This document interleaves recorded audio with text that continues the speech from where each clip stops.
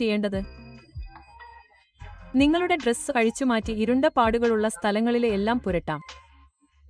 ഇനി ആ നിമിഷം വരെ കാത്തിരിക്കണം. ഞാൻ ഉടനെ തന്നെ തിരിച്ചെത്തും. പക്ഷേ അതിനുമുമ്പ് ഞാൻ പറഞ്ഞതുപോലെ നിങ്ങളുടെ ഇരുണ്ട പാടുകളുള്ള പ്രദേശം എപ്പോഴും പരീക്ഷിച്ചു നോക്കൂ.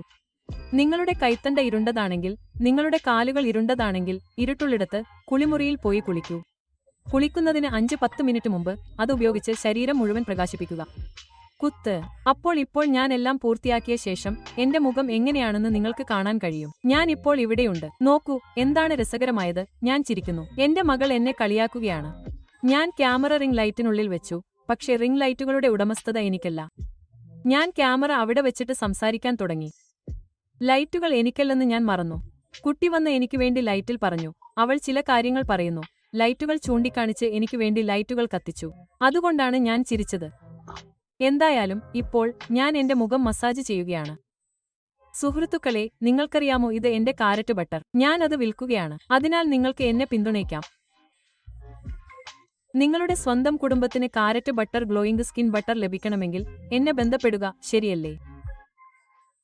നിങ്ങൾക്ക് എന്നെ ബന്ധപ്പെടാം. നിങ്ങൾ എവിടെയായിരുന്നാലും നമുക്ക് സംസാരിക്കാൻ കഴിയുന്ന തരത്തിൽ എനിക്ക് DM അയക്കാം. നമുക്കത് ചെയ്യാം. എന്റെ കൈവശം എന്റെ കാരറ്റ് ഓയിൽ ഉണ്ട്. അതിനുശേഷം ഞാൻ ഇവ ഉപയോഗിക്കുന്നു. ആളുകൾക്ക് പരിചിതമായ 2 കാര്യങ്ങളാണോ ഉപയോഗിക്കുന്നത്? അവർ നിരവധി കാര്യങ്ങൾ ഉപയോഗിക്കും. നിങ്ങൾക്കറിയാമോ, പോളിഷിംഗ്, വായ സ്പ്രേ, വായ പേസ് വുഡ്.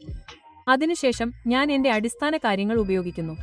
അപ്പോൾ ഞാൻ നിങ്ങളോട് പറഞ്ഞ ഈ ചാനൽ പ്രകൃതിദത്തമായ കാര്യങ്ങളാണ്, ശരിയല്ലേ?